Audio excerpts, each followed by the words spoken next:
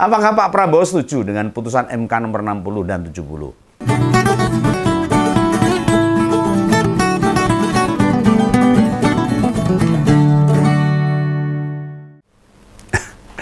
Ketemu lagi dengan Om Begawan yang tetap lucu dan ngangenin.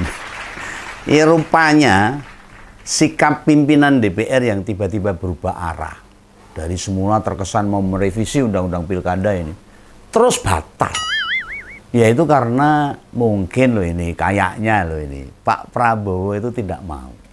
Undang-undang pilkada direvisi, nggak mau. Marah dia. Bisa dimaknai pula Gerindra menginginkan putusan Mahkamah Konstitusi yang jadi pegangan. Lah, bila benar itu yang dipikirkan oleh Pak Prabowo, ya baguslah. Meskipun dulu saya tidak milih Pak Prabowo, ini saya dukung. Saya kasih jempol ini. Tidak itu saja. Rencana DPR yang merespon surat Presiden dan menugaskan Badan Legislasi mengagendakan pembahasan revisi Undang-Undang Pilkada. Kini semua bubar jalan. Kayak tentara yang dibubarkan. Bubar jalan, gerak, biur. Balik kanan, pulang rumah. Gak balik lagi. Padahal pendalaman materi ini, termasuk rencana pembahasan DIM ini, sudah dibahas dengan Menteri Dalam Negeri, Pak Tito. Nah, eksesnya rencana itu ditolak besar-besaran oleh mahasiswa dan didukung oleh kaum buruh, rakyat, dan juga para pelajar dari berbagai daerah. Nah, itu menimbulkan aksi demonstrasi massal yang besar-besaran di berbagai kota. Dan hingga hari ini, isu revisi Undang-Undang Pilkada agaknya sementara mereda. Ini sementara ini. Jangan-jangan kabur lagi, rakyat bisa marah ini. Nah, Pak Sukmi Dasko sebagai Wakil Ketua DPR sudah mengatakan kok, Pilkada 2024 memakai aturan Mahkamah Konstitusi. Nah, ini menarik ini. Lah kok Pak Prabowo bisa marah besar? Nah, kira-kira apa penyebabnya? Ayo. Kok tidak match gitu loh antara ketua umumnya dengan nabuannya ini. Apakah Pak Prabowo setuju dengan putusan MK nomor 60 dan 70? Apakah Pak Prabowo tidak pengen Kaisang ikutan turun di Pilgub? Ini tanda tanya nih. Atau ketua umum Gerindra menganggap sudah cukup lah. Dua anak Jokowi di pemerintahan. Masa iya sing cilik melu-melu untuk jatah. Lah Mas Didit, putra sematawayang Pak Prabowo gak minta-minta jabatan ke bapaknya, padahal akan jadi presiden loh. Dan Pak Prabowo tidak pengen pemerintahannya menanggung beban dosa yang dibuat pendahulunya. Nah, menurut Ngompolres sih, alasan yang rasional dan bisa diterima nalar ya sekendi ini. Apa ini membuktikan seperti yang tak duga selama ini? Bila sebenarnya sudah ada pecah kongsi nih antara Pak Jokowi dan Pak Prabowo. Wis ora met, wis ora gelem bareng. Tapi ya kok sebelum itu malah ini ada nih. Kebetulan Pak Prabowo kan lagi tugas nih ke Australia nih. Ya. Sehingga tidak tahu agenda revisi itu. Atau malah ini elit Gerindra gak ada yang laporan sama ketua umumnya bahwa MK memutus perkara dengan keputusan 60 dan 70. Yang membuat Kaisang nggak bisa maju pilkada, nggak laporan nih. Ya akhirnya Pak Prabowo marah. Nah, mana yang secara nalar? Itu kejadian sesungguhnya yang mana? Nah, jika mesti meloloskan Kaisang, apa untungnya bagi Presiden ke-8 ini? Apa untungnya Pak Prabowo? Apa untungnya Gerindra? Malah ganggu perjalanan Gerindra. Tapi memangnya Kaisang itu siapa bagi Pak Prabowo? Pak Prabowo itu kan ketua umum Gerindra. Dan Kaisang ketua umum PSI. Dalam sebuah partai pasti ada saingan. Dalam mencapai kebesaran partai. Ora mungkin rangkulan. Lah seberarti apa Kaisang itu buat ketua umum Gerindra untuk Pak Prabowo? Apa? Apa jabatan ketua umum PSI? Sangat spesial bagi Pak Prabowo. Lantas waktu peluangnya tertutup ikut pilkada, orang Gerindra bebas memperjuangkan Kaisang tanpa koordinasi sama Pak Prabowo. Ya Pak Prabowo marah. Ya tapi entahlah lah. Pastinya Pak Prabowo itu marah besar. Marah besar. Gerindra ikut-ikutan memproses keinginan pemerintah. Ya wajar sih. Bos eksekutif kan pengen anaknya ikut kontestasi. Ya prediksi kemarahan Pak Prabowo ini menurut kacamata Om Begawan. yang saya dengar juga disampaikan sama Pak Hamid Awaludin yang jadi Menhunkamnya Pak BY waktu itu. Menurut Pak Hamid, kemarahan Ketua Umum Gerindra itu timbul disebabkan tensi politiknya jadi naik, panas. Ibarat anak kecil, awalnya dadi anget, itu loh, demam. Nah, sementara pelantikan presiden baru sudah pasti digelar. Garek rong wulan loh. Masa situasi politik malah tidak anteng, tenang, panas, ribet. Ya sebagai presiden baru, presiden ke-8 Indonesia tidak mau terbebani dengan apa yang diributkan rakyat. Apalagi itu gegara presiden sebelum dia yang membuat itu. Prabowo kah menanggung beban ini. Kalau Begawan ya gitu. Nanggung akibat, nanggung konflik terkait pilkada, ontran-ontran tentang hal ini. Ya mestinya berhenti, masa hanya memperjuangkan satu orang Indonesia ribet itu. Dan Pak Prabowo tidak mau.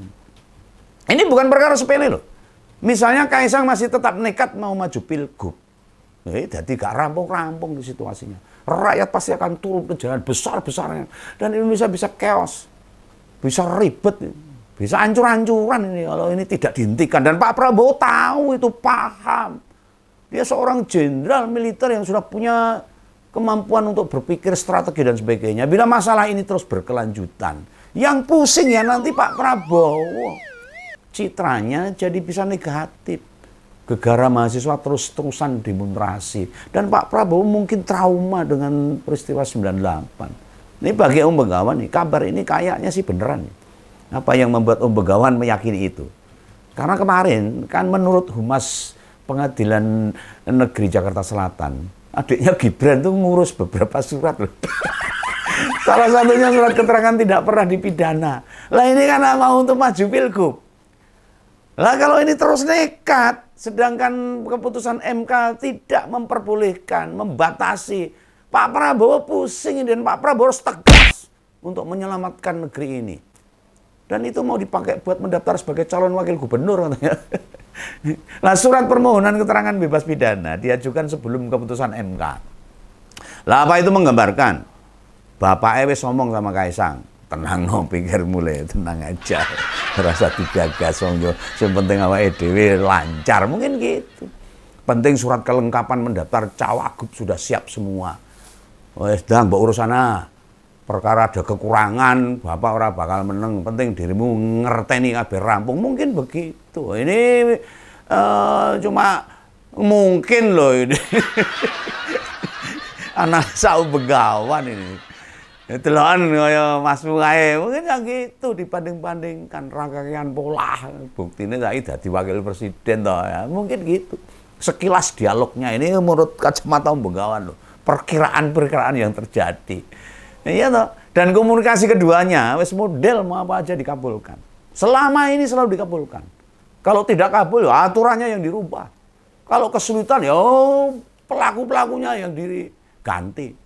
Lah bukankah selayaknya si bapak itu menasihati putranya? Harusnya seorang bapak yang bijaksana. Bila punya permintaan kok enggak semuanya dipenuhi. Disesuaikan dengan situasi kondisi. Ya tapi apa mau dikata? Sulit bener bicara sama mereka itu. Karena sudah ada nafsu syahwat yang sangat tinggi. Rakus tentang jabatan. Ya soalnya yang meyakini benarnya sendiri. Ya mungkin ini. Kebenaran bagi mereka itu apa yang keluar dari mulut orang tuanya. Dan yang mereka inginkan pasti terpenuhi. Apa jaluknya anak-anaknya semuanya terpenuhi oleh bapaknya. Ya karena semuanya tersedia, fasilitas disiapkan oleh negara. Nah coba ngompol tak tanya ini. Seorang bapak yang baik, apakah bapak yang menuruti semua kemauan anaknya? Apakah bapak yang baik itu mengajari bagaimana cara melanggar aturan? Termasuk juga nih, apakah bapak teladan itu yang bisa mencarikan kedudukan anak-anaknya karena fasilitas bapaknya? Enggak. Anak-anak jadi melempem itu. Jadi mentalnya mental tempe nih. Ya bila jawabannya benar ya sudah. Apes bener ya rakyat Indonesia. Dipimpin orang yang berpikiran sempit begitu. Lah bandingkan dengan Pak Prabowo coba. Ini saya bukan ngelem-ngelem Pak Prabowo karena dia presiden. Ini faktanya aja lah. Anaknya apa lantas ngikut kemauan kemanapun bapaknya pergi dan minta proyek-proyek, minta jabatan dan sebagainya. Selama ini tidak kok. Nah di sini perbandingannya jelas. Mana yang akan berbuat selayaknya dan mana yang enggak. Jangankan membandingkan sama orang lain. Lalu dibandingkan periode Jokowi yang pertama dan kedua, kita ngerti banget apa bedanya. Masyarakat paham banget kok.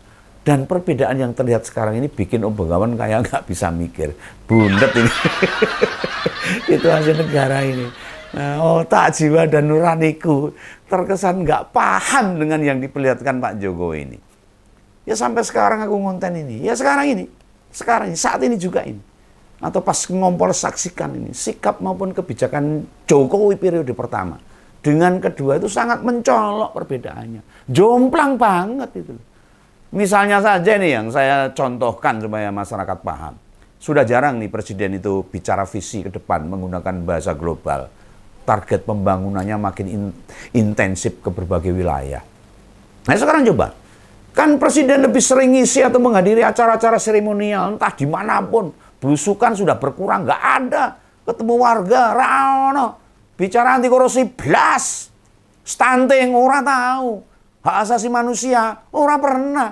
Dan sebagainya. Ini bikin ruwet negara kita. Ini Pak Jokowi ini sudah tinggal 2 bulan lengser.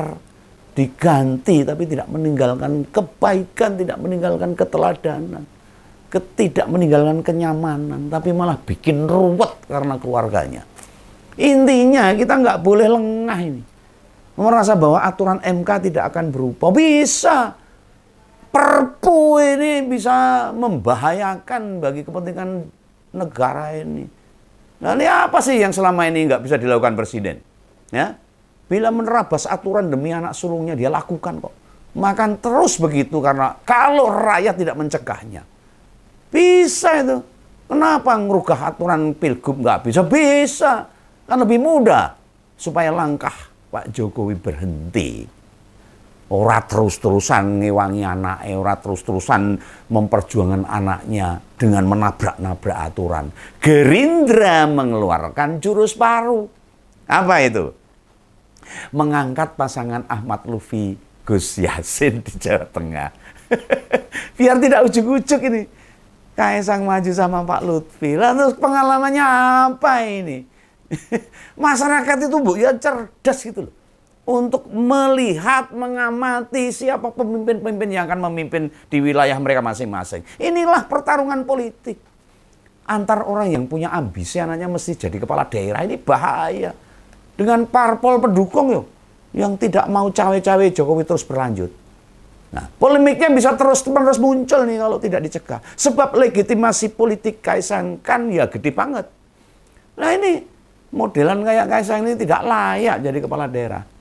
Pokoknya kudu. Kalau orang kudu ngandake bapak ya repot dengan seperti ini. Oh ya, masyarakat saya mohon untuk terus waspada. Cerdas untuk menentukan nasib bangsa ini ke depan. Itu ya, salam kawan, salam ngompol. Sampai jumpa. Dadah.